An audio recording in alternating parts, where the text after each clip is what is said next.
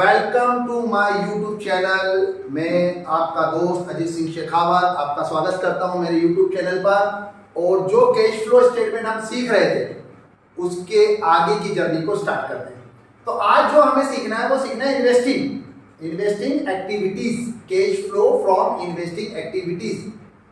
In short अगर मैं कहूँ ना तो इसमें फिक्स्ड एसेट्स का ट्रीटमेंट होने वाला है। इसका ट्रीटमेंट करने वाले हम लोग फिक्स्ड एसेट्स का ट्रीटमेंट करने वाले हैं। देखिए मैंने फॉर्मेट को बहुत छोटा कर दिया क्योंकि सबको शॉर्ट एंड स्वीट चीजें पसंद होती है। सिर्फ 5 transaction.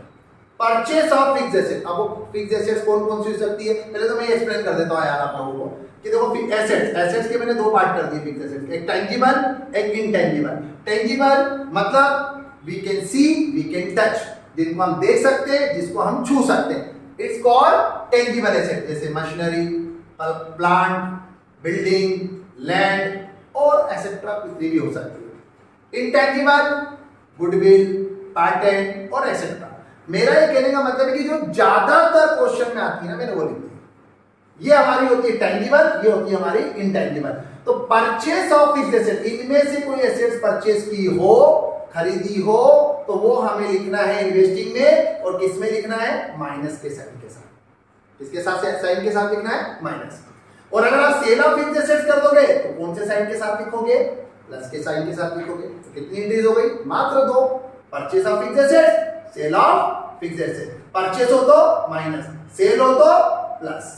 Then purchase of goodwill. देखो ऐसे तो मैं इसमें भी बोल सकता था परचेस, वही बात है, लेकिन गुडविल का एक इंटेंजिबल एसेट्स है ना, तो मैंने इसको एक और बात पर्टिकुलरली लिख दी क्योंकि देखो गुडविल डाउन होती है ना तो हम लेते हैं नॉन कैश एक्सपेंसेस में, जो हम लिखते थे पहले बना चुके हैं जिसमें। और अगर गुडविल बढ़ती है ना तो बढ़ने को परचेस बोलते हैं। तो इसलिए मैंने स्पेशली यहाँ पर गुडविल का नाम लिख दिया है। और वो किसमें लिखेंगे? माइनस में। तो ये भी तो माइनस ही हुआ है ना क्योंकि परचेस हुआ, ये भी परचेस हुआ तो क्या होगा? माइनस होगा। तो ये तो सेम बात हो गई, ठीक है। फिर रेंट, डिविडेंड या इंटरेस्ट एक ही बात है यार, वो तो अलग अलग लिख दिया, मैं लिखना भूल गया था तो मैंने नीचे कोई पॉइंट बढ़ा दिया। रेंट, डिविडेंड और इंटरेस्ट कुछ भी रिसीव्ड हुआ हो, क्या हुआ हो? रिसीव्ड। तो क्या करूंगा मैं इसको? प्लस करूंगा। क्या करूंगा इसको मैं? प्लस करूंगा। तो देखो अगर मैं देखूं तो कितनी में तो 3 एंट्री बोल रहा हूं। Purchase of fixed assets minus में, sale of fixed assets plus में, और रेंट, डिविडेंड, इंटरेस्ट कुछ भी रिसीव्ड हुआ तो किसमें लिखना है मुझको? प्लस में। मात्र 3 एंट्री में अपना काम हो रहा है और इन्वेस्टिंग हमें बेहतरीन तरीके से समझ में आ रहा है। तो एक छोटा सा शॉर्ट एंड स्वीट फॉर्मेट आपके लिए तैयार है। ये आपकी टेंजिबल और इंटेंजिबल एसेट्स है। इसके एक आधी प्रैक्टिकल करके देख लेते हैं, आपके कॉन्फिडेंस को बढ़ा देते हैं और आप फिर खुद बोल दोगे कि हमें इन्वेस्टिंग में कोई दिक्कत नहीं। तो आप इसका स्क्रीनशॉट ले लीजिए, 1 सेकंड में पिक्चर से आउट हो जाएगा। ओके गाइस, तो आप लोगों ने स्क्रीनशॉट ले लिया होगा इतनी देर में। देखिए इलिस्ट्रेशन है 2020 टीएस गिरावल सर की बुक है मेरे पास में। इसका इलिस्ट्रेशन नंबर 38 जो मैं आपको समझा रहा हूं इन्वेस्टिंग के पर्पस से। और इसका क्वेश्चन का स्क्रीनशॉट भी आपके साथ शेयर कर दूंगा जिसको आप देख लेना। मैं फिर आपको रिपीट कर रहा हूं कि वो स्क्रीनशॉट आप ले या तो कॉपी में नोट कर लें या आप उसको लिख लें या स्क्रीनशॉट आप भी ले लें, जो भी कर लें, पर क्वेश्चन आपको सामने दिखना चाहिए यार। अगर नहीं दिखेगा ना तो आपको समझ में नहीं आएगा। मैं स्पष्ट बिल्कुल क्लियर बात बोल रहा हूँ, ठीक है ना। तो चलिए अपन स्टार्ट करते हैं। तो ये तो बहुत ही सरल क्वेश्चन है यार, मतलब पर ठीक है करना तो ही हमको।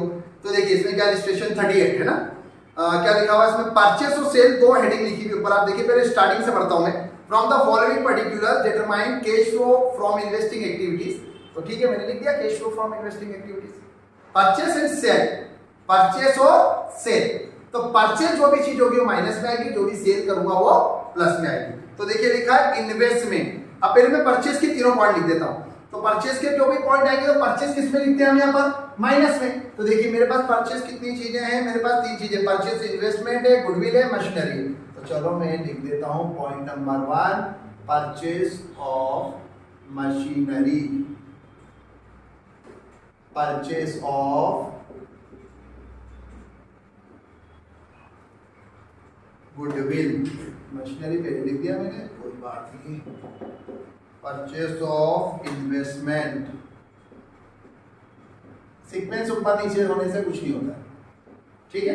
अब तीनों परचेस है, तो क्या करूंगा? इनके अमाउंट किस में लिखने वाला हूं मैं? माइनस में। जो भी माइनस में लिखूंगा ना उसको मैं ब्रैकेट में लिख दूंगा। ब्रैकेट में लिख रहा हूं मतलब वो माइनस में। तो ठीक है मशीनरी है 4,40,000 की,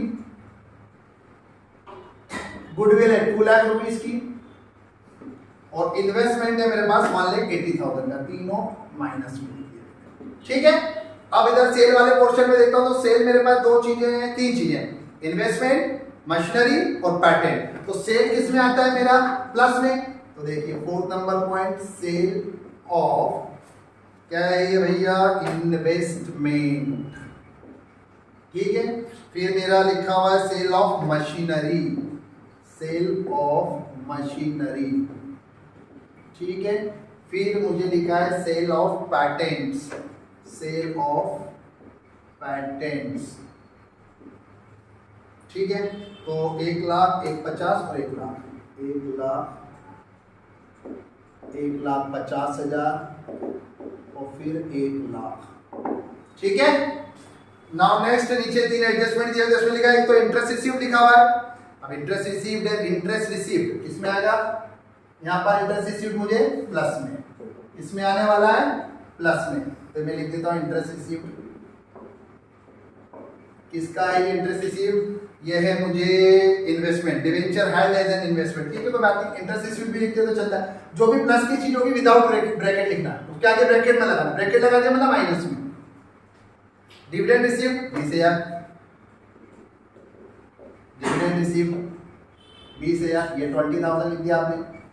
नाउ नेक्स्ट है आपका, a plot of land was purchased out of surplus fund for investment purpose and was let out from commercial use, rent received, उससे rent received हुआ था। rent received भी क्या होगा भैया आपका? rent received भी होगा माइनस अपना प्लस होगा कितने रुपए का? 80,000 का। ये आपकी सारी एंट्रीज हो गई, इनका टोटल लगा लीजिए और टोटल आएगा 13,54,000, 3,54,000। ठीक है, 3,54,000। ठीक है, ये आपका क्वेश्चन डन हो गया। अब इसमें क्या कठिन था यार? कुछ भी तो कठिन नहीं है, सरल है बिल्कुल। आप अगर इजी लेते हो ना चीजों को तो इजी आती है, बस सीधी सी बात यही है। अच्छा, एक इंपॉर्टेंट बात और बोल दो कि आप जब मशीनरी अकाउंट बनाओगे, फिक्स एसेट्स अकाउंट बनाओगे, तो वहां से 2 एंट्री आपको उठा के लानी है, परचेज हो या सेल हो। तो यहाँ पर आनी है, परचेज हो तो माइनस में लिखना, सेल हो तो प्लस में। कौन सा? मशीनरी अकाउंट जो अपन बना रहे थे, या एसेट्स अकाउंट बोलूं मैं इन शॉर्ट, क्योंकि मशीन भी हो सकती है, लैंड भी हो सकती है, बिल्डिंग भी हो सकती है। तो जो भी फिक्स एसेट्स अकाउंट आपने बनाया है उसमें से 2 एंट्री इन्वेस्टिंग में आने वाली है। वो है एक तो परचेज के नाम से जो आप वहां पर लिखोगे, और एक जो सेल के नाम से वहां पर लिखोगे। तो फिक्स एसेट्स अकाउंट से 2 एंट्रीज यहाँ पर आपको लेकर आनी है। इन शॉर्ट ये आपको समझ में आ गया होगा, कोई दिक्कत नहीं होना चाहिए। और इन्वेस्टिंग में आपको करवाऊंगा प्रैक्टिस, पर मैं करवाऊंगा आपको जो बड़े क्वेश्चन अपन करेंगे ना, उसमें वो पूरा मिक्स होकर आएगा। ये छोटा सा क्वेश्चन है, आपको समझ में भी आएगा, होप्स बढ़िया समझ में आया होगा। अब इसका एक और पार्ट और आखिरी पार्ट बच रहा है, वो है फाइनेंसिंग एक्टिविटीज, जो मैं आपको नेक्स्ट पार्ट के अंदर बताऊंगा। Thank you very much.